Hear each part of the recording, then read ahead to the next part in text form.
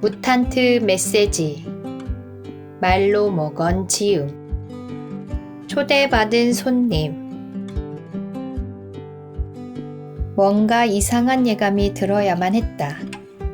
그런데 나는 순진하게도 아무것도 눈치채지 못하고 있었다. 사건은 이미 진행되고 있었다. 한 무리의 약탈자들이 수백 킬로미터 떨어진 곳에 앉아 순진한 희생자가 다가오기를 기다리고 있었다. 1시간 전에 내가 호텔방에 풀어놓은 여행 가방은 이제 내일이면 주인 없음이라는 꼬리표가 붙은 채 몇 달이고 분실물 보관소에 처박혀 있게 될 것이었다. 그리고 나는 외국 땅에서 실종된 또 한 명의 미국인 정도로 취급될 것이었다.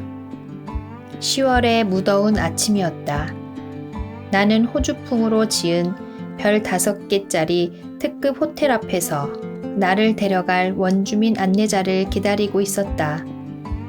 불길한 예감을 느끼기는커녕 내 마음은 기대에 부풀어 노래라도 부를 판이었다.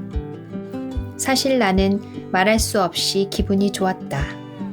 내 자신의 성공적인 삶에 들뜬 나머지 어디든 따라갈 준비가 되어 있었다. 마음속으로 나는 이렇게 외치기까지 했다. 오늘은 내 생애 최고의 날이야. 그때였다. 지붕 덮개도 없는 지프 한 대가 호텔 입구로 미끄러져 들어왔다. 뜨겁게 달궈진 아스팔트 위로 찍 하고 미끄러지던 타이어 소리가 아직도 귓가에 생생하다. 지프의 녹슨 자체가 도로까지 뻗어나온 붉은색 병설 꽃나무. 호주가 원산지인 병 닦는 솔 모양의 붉은 꽃나무. 줄기를 건드리자 이파리들에서 뿌연 물보라가 일었다.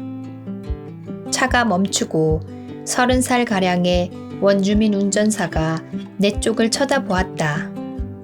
그는 나를 향해 검은 손가락을 까딱거리며 말했다. 자, 어서 타시오.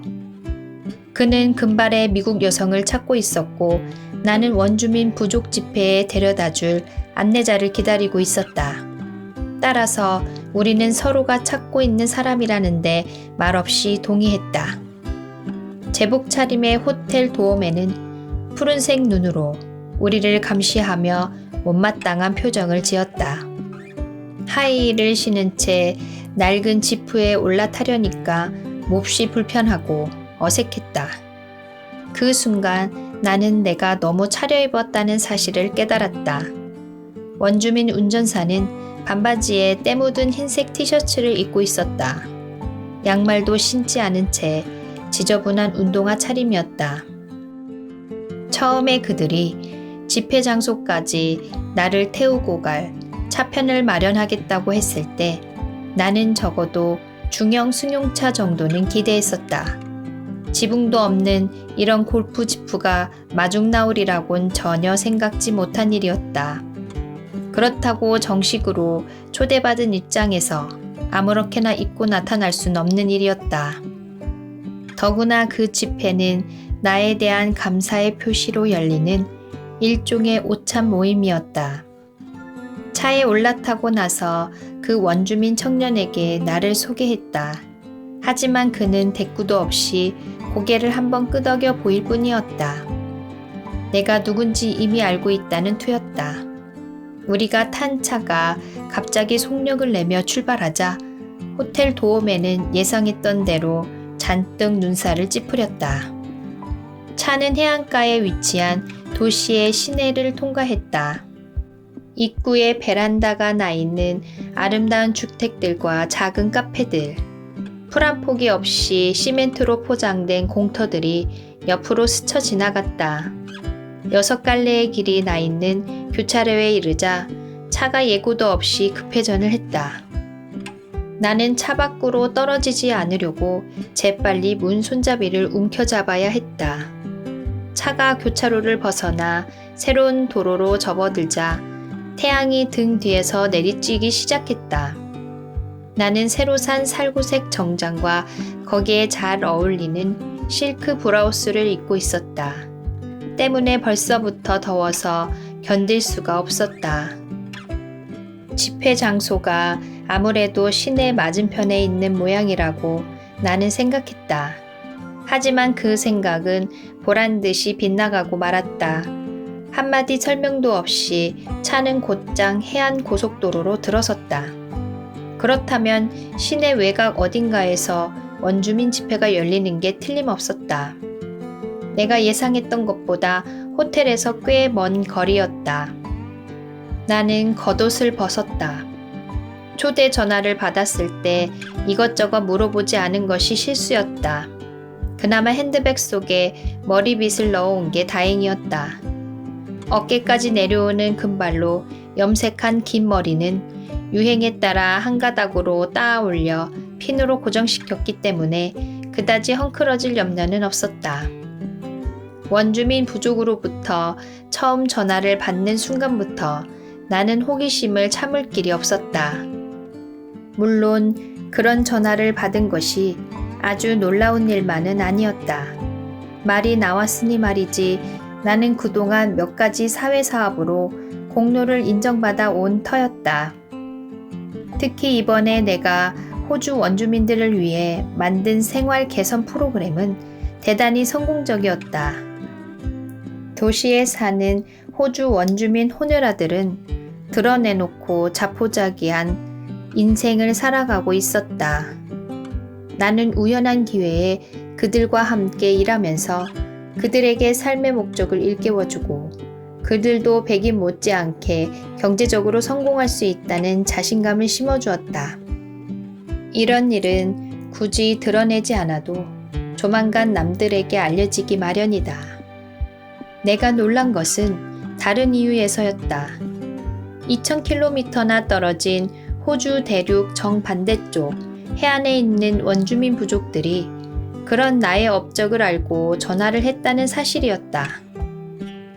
나는 그 부족들에 대해선 아는 것이 아무것도 없었다. 이따금 그들에 대해서 떠도는 소문을 주워 들은 게 고작이었다. 그들이 한 부족인지 아니면 아메리카 인디언들처럼 언어뿐 아니라 모든 것이 천차만별인 여러 부족들의 연합체인지도 알 길이 없었다. 무엇보다 궁금한 것은 그들이 내게 기념품으로 무슨 선물을 줄 것인가 하는 것이었다. 손으로 만든 흔해 빠진 목각 장식품이라면 미국에 있는 우리 집 창고로 직행하게 될 것이다. 아니면 소박한 꽃다발 정도? 아니, 꽃을 줄 리는 없었다. 기온이 40도가 넘는 날씨에 꽃다발은 어울리지 않았다. 더구나 다시 비행기를 타고 돌아와야 하는데 꽃은 여간 성가신 물건이 아니었다. 운전사가 약속 시간에 맞춰 정각 12시에 호텔에 도착한 걸 보면 점심 파티가 준비되어 있는 게 틀림없었다. 원주민 부족들의 모임에선 무슨 음식을 차려내올지 궁금했다. 제발 요리 전문 업체에 주문한 호주식 음식이 아니길 나는 바랬다. 어쩌면 각자 음식을 한 가지씩 만들어 와서 나눠 먹는 그런 모임일지도 모르는 일이었다. 그렇다면 생애 최초로 호주 원주민들의 다양한 음식을 시식할 수 있는 절호의 기회가 아닌가. 차츰 나는 한상 가득 차려진 색깔조차 다양한 찌개 요리까지 기대하기에 이르렀다. 어느 때보다도 인상적이고 신기한 경험이 되리라. 두말할 필요도 없이 오래도록 기억에 남을 멋진 하루가 될 것이다. 오늘을 위해 새로 산 핸드백 속에는 35mm 카메라와 소형 녹음기가 들어있었다. 물론 그들은 나를 초대하면서 마이크와 조명 시설이라든가 내가 하게 될 연설에 대해선 아무런 언급이 없었다. 하지만 어쨌거나 난 연설 준비를 했다. 내 지나친 장점 중 하나가 무슨 일에든 철저히 대비를 한다는 것이었다. 나는 이제 50살이나 나이를 먹었고 살아오면서 당황스럽고 낭패스런 경우를 겪은 적이 한두 번이 아니었다. 따라서 이제는 모든 일에 철저히 준비를 해두는 습관이 생겼다. 친구들은 준비성이 있는 나를 부러워하곤 했다. 나는 그들이 등 뒤에서 이렇게 말하는 걸 들을 수 있었다. 저 친구는 소매 속에 늘 대비책을 숨겨갖고 있다니까. 열차처럼 트레일러를 길게 매단 대형 트럭들이 맞은편 도로에서 굉음을 울리며 달려왔다. 트럭들은 아지랑이 같은 아스팔트의 열기 속에서 갑작스럽게 튀어나와 비켜줄 생각도 없이 중앙선 한가운데로 돌진해왔다. 원주민 운전사가 급히 핸들을 꺾는 바람에 나는 쓸데없는 공상에서 벗어나 현실로 되돌아왔다. 우리가 탄 지프는 이제 해안고속도로를 벗어나 울퉁불퉁한 비포장길로 들어섰다. 차는 뿌옇게 흙먼지를 날리며 수십 킬로미터를 더 달렸다. 한참을 가다 보니 아까까지 나 있던 두 줄기의 바퀴자국도 사라지고 우리 앞에는 더 이상 길이 존재하지 않았다. 그럼에도 불구하고 차는 덤불들 사이를 비집고 종횡무진 달리기 시작했다. 울퉁불퉁한 모래땅 위에서 차가 쉴 새 없이 춤을 추었다. 나는 운전사에게 몇 차례 대화를 시도했지만 요란한 엔진 소리와 금방이라도 부서질 듯 삐걱대는 자체 소음 때문에 말을 건네는 것 자체가 불가능했다. 게다가 내 몸은 계속해서 위아래로 요동을 치고 있었다. 잘못 입을 벌렸다간 혀를 깨물 판이었다. 턱을 꼭 다물고 있는 게 안전했다. 더구나 원주민 운전사는 대화를 나누는 것에는 관심조차 없어 보였다. 아이들이 갖고 노는 헝겊 인형처럼 내 머리는 쉴 새 없이 허공을 찧어댔다. 더위는 점점 참기가 힘들어졌다. 스타킹이 발바닥 아래서 아예 녹아버리는 것만 같았다. 하지만 구두를 벗기가 두려웠다. 잘못했다간 끝없이 펼쳐진 사막에다 구두를 떨어뜨릴 수가 있었다. 눈에 보이는 천지사방이 온통 광활한 황무지뿐이었다. 내 하이힐이 차 밖으로 튕겨나간다고 해서 이 벙어리 운전사가 차를 세울 리 만무했다. 더위 때문에 선글라스에는 끝없이 김이 서렸다. 그럴 때마다 나는 속치마 자락으로 안경알을 문질렀다. 팔을 조금이라도 움직일라 치면 수문이 터진 것처럼 땀줄기가 주르륵 흘러내렸다. 얼굴 화장이 엉망이 되어가고 있는 게 느껴졌다. 뺨에 바른 장밋빛 색조 화장이 녹아내리면서 목 주위에 붉은색 줄무늬가 그려지고 있는 걸 거울을 보지 않아도 알 수 있었다. 이런 몰골로 사람들 앞에 나설 수는 없었다. 화장을 고치려면 적어도 20분은 걸리리라. 집회 장소에 도착하면 먼저 20분만 시간을 달라고 강력히 요구해야지.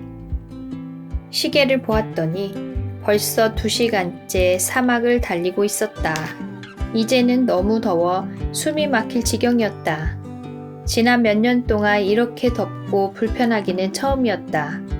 원주민 운전사는 이따금 혼자 흥얼거릴 때 말고는 아예 입을 다물고 있었다.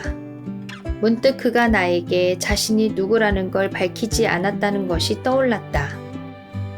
혹시 내가 지금 엉뚱한 차를 타고 가는 것이나 아닐까. 하지만 쓸데없는 생각이었다. 그렇다고 달리는 차에서 뛰어내릴 수도 없었고 운전사는 내가 누구라는 것에 대해 조금도 의심하지 않는 얼굴이었다. 그렇게 4시간 정도 달린 뒤 우리는 사막 한가운데 있는 양철로 만든 커다란 오두막에 도착했다. 집 앞에는 작은 모닥불이 연기를 내며 타오르고 있었다. 우리가 탄 차가 다가가자 기다리고 있었다는 듯 2명의 원주민 여자가 자리에서 일어났다. 둘 다 키가 작달만한 중년 여성이고 옷차림은 거의 벌거벗은 거나 다름없었다. 나를 보고 두 여자는 따뜻한 환영의 미소를 지었다. 한쪽 여자는 머리띠를 하고 있었다. 그것 때문인지 숱 많은 검은색 곱슬머리가 이상한 모양으로 삐져나와 있었다. 둘 다 육상 선수처럼 마르고 단단한 체격에 둥근 얼굴과 반짝이는 갈색 눈을 하고 있었다. 내가 차에서 내리는 걸 기다리고 있다가 젊은 운전사가 말했다. 여기서 영어를 할 줄 아는 사람은 나밖에 없습니다. 그러니 내가 앞으로 당신의 친구이자 통역자가 될 겁니다. 맙소사, 나도 모르게 절망의 한숨이 터져나왔다. 호주 원주민을 만나기 위해 항공료에다 호텔비, 새로 산 옷가지 등 무려 700달러나 들여가면서 이곳까지 왔는데 최신 유행을 알아보기는커녕 영어를 할 줄 아는 사람조차 없다니. 그래도 이왕 이곳까지 왔으니 이들과 잘 어울리려고 노력하는 수밖에 없었다. 하지만 그것이 불가능하리라는 걸 내 마음이 먼저 알고 있었다. 여자들이 이상한 단절음들을 내며 꽥꽥 소리를 질렀다. 그것은 문장이라기보다는 외마디 단어들을 내뱉는 것에 불과했다. 자칭 나의 통역자가 내게로 몸을 돌리며 설명했다. 원주민 집회에 참석하는 허락을 받으려면 먼저 내 몸을 깨끗하게 정화시켜야 한다는 것이었다. 나는 그가 말하는 뜻을 잘 이해할 수 없었다. 물론 내가 모래먼지를 잔뜩 뒤집어 썼고 차를 타고 오는 동안 땀으로 뒤범벅이 된 것은 사실이었다. 하지만 통역자가 말하는 뜻은 그런 게 아닌 듯했다. 잠시 후 그가 담요처럼 생긴 천 하나를 내게 갖다 주었다. 펼쳐보니 몸에 두르는 한 장짜리 넝마 조각 같은 옷이었다. 나더러 지금 입고 있는 옷을 모두 벗고 그걸 걸치라는 것이었다. 나는 귀를 의심하지 않을 수 없었다. 뭐라고요? 지금 진담으로 하는 말이에요? 내 항의에도 불구하고 통역자는 아주 엄격하게 똑같은 지시를 반복했다. 나는 할 수 없이 옷을 갈아입을 장소를 찾아 주위를 두리번거렸다. 그럴 만한 장소는 어디에도 없었다. 어떻게 할 것인가? 이미 말로 다할 수 없는 온갖 불편을 겪으면서 이곳까지 온 마당에 옷 갈아입는 것 정도를 거부할 수는 없었다. 싫다고 하기에는 너무 멀리까지 왔다는 생각이 들었다. 도대체 이게 무슨 꼴이람? 그래도 지금 입고 있는 옷보다는 시원하겠지. 나는 신경을 곤두세운 채 흙먼지가 잔뜩 묻은 새 옷을 하나씩 벗기 시작했다. 벗은 옷은 한 켠에다 정성껏 집어놓았다. 그런 다음 그 원주민용 천 조각을 몸에 둘렀다. 옷과 소지품은 근처 바위 위에 차곡차곡 쌓아놓았다. 조금 전까지 두 원주민 여자가 우리를 기다리며 앉아있던 바위였다. 색깔도 없는 누더기를 몸에 걸치고 있으니 왠지 바보가 된 느낌이었다. 좋은 인상을 심어주려고 새 옷에 거금을 투자한 것이 못내 후회스러웠다. 그때 젊은 친구가 다시 나타났다. 그 역시 옷을 갈아입은 뒤였다. 거의 알몸이나 다름없는 차림을 하고서 그는 내 앞으로 성큼성큼 걸어왔다. 몸에 걸친 거라고는 손바닥만한 헝겊 조각이 전부였다. 신발도 어디에다 벗어 던졌는지 모닥불가에 앉은 여인들처럼 맨발이었다. 그는 또 내게 지시를 내렸다. 내 몸에 붙어있는 모든 것, 다시 말해 구두와 스타킹, 속옷, 보석은 물론이고 머리에 꽂은 핀까지 하나도 남김없이 떼어내라는 것이었다. 이제 호기심은 서서히 사라지고 일만의 불안감이 마음속을 채우기 시작했다. 하지만 그가 시키는 대로 하는 수밖에는 다른 도리가 없었다. 보석을 떼어 구두 앞꿈치 속에 집어넣었던 기억이 난다. 또 속옷은 잘 개켜놓은 옷더미 속에다 감추었다. 속옷을 남의 눈에 띄지 않게 감추는 것은 굳이 배우지 않아도 여자라면 본능에 속하는 일이다. 두 여인이 마르지도 않은 생나무를 모닥불 속에 집어 던졌다. 그러자 짙은 회색 연기가 마당 가득 피어올랐다. 그때 머리띠를 한 여자가 검은 매의 날개처럼 보이는 것을 꺼내더니 그것을 펴서 부채처럼 만들었다. 그녀는 내 앞에 서서 그것으로 내 머리 끝에서 발끝까지 부채질을 해대기 시작했다. 그 바람에 모닥불 연기가 나한테로 소용들이치며 밀려와 숨을 쉬기가 어려웠다. 그녀는 둘째 손가락을 들어 한 바퀴 원을 그려 보였다. 나더러 돌아서라는 뜻이었다. 내가 돌아서자 몸에다 모닥불 연기를 붙이는 의식이 등 뒤에서 똑같이 반복되었다. 그렇게 해서 내 몸은 마침내 정화가 되었으며 나는 양철로 만든 오두막집 안으로 들어가도 좋다는 허락을 받았다. 검게 그을린 피부를 자랑하는 그 원주민 청년이 오두막 입구까지 나를 호위하듯 데려갔다. 걸어가면서 나는 머리띠를 한 여자가 바위 위에 놓인 내 옷가지와 소지품들을 통째로 집어드는 걸 보았다. 그녀는 그것을 모닥불 위로 들고 갔다. 그때까지도 나는 그녀가 뭘 하려는 건지 쳐다보고만 있었다. 그녀는 나를 향해 미소를 짓더니 우리의 눈길이 마주치는 순간 두 손에 받쳐들고 있던 내 옷가지와 귀중품들을 몽땅 모닥불 위에 떨어뜨렸다. 조금 전까지만 해도 내가 지니고 있던 모든 것들이 순식간에 불길 속으로 던져진 것이다. 나는 현기증이 나고 머리가 어지러웠다. 정신을 가다듬기 위해 심호흡을 해야만 했다. 그때 내가 큰 소리로 항의하면서 당장에 모닥불로 달려가 불길 속에서 내 물건들을 끄집어내지 않은 이유가 무엇일까? 그 이유를 나는 지금까지도 알 수 없다. 어쨌든 나는 그렇게 하지 않았다. 여자의 얼굴 표정은 그녀의 행동이 악의에서 나온 것이 아님을 말해주고 있었다. 머리로는 이해하기 어려웠지만 그녀의 행동에는 낯선 사람에 대한 독특한 환영의 뜻이 담겨 있었다. 저 여자는 무지해서 그런 것 뿐이야. 신용카드나 신분증 같은 것이 얼마나 중요한가를 저 여자가 이해할 리 없지. 나는 스스로를 위로하려고 노력했다. 비행기 티켓을 호텔에 두고 온 것이 그나마 다행이었다. 호텔에는 다른 옷가지들도 있었다. 경우에 따라서는 이 원주민 복장을 한 채 호텔 로비를 통과해야 할지도 모르지만 그 정도로라면 어떻게든 해낼 자신이 있었다. 나는 속으로 자신을 타일렀다. 이봐, 넌 재주 있고 능력 있는 여자야. 이만한 일로 속이 뒤집힐 것까진 없어.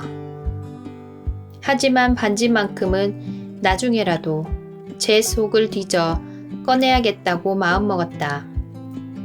운이 좋으면 호텔로 돌아가기 위해 다시 지프를 탈 때쯤에는 모닥불도 꺼지고 제가 차갑게 식어 있으리라. 그러나 그런 행운은 일어나지 않았다. 나중에 가서야 나는 소중히 여기는 보석들을 몸에서 떼어낸 행위가 무엇을 상징하는 것이었는지 이해할 수가 있었다. 그리고 이 사람들에게는 시간이라는 것이 이제는 영원히 불길 속에 던져진 다이아몬드 박힌 내 금줄 손목시계 속의 시간과는 아무 상관이 없다는 사실을 알게 되었다.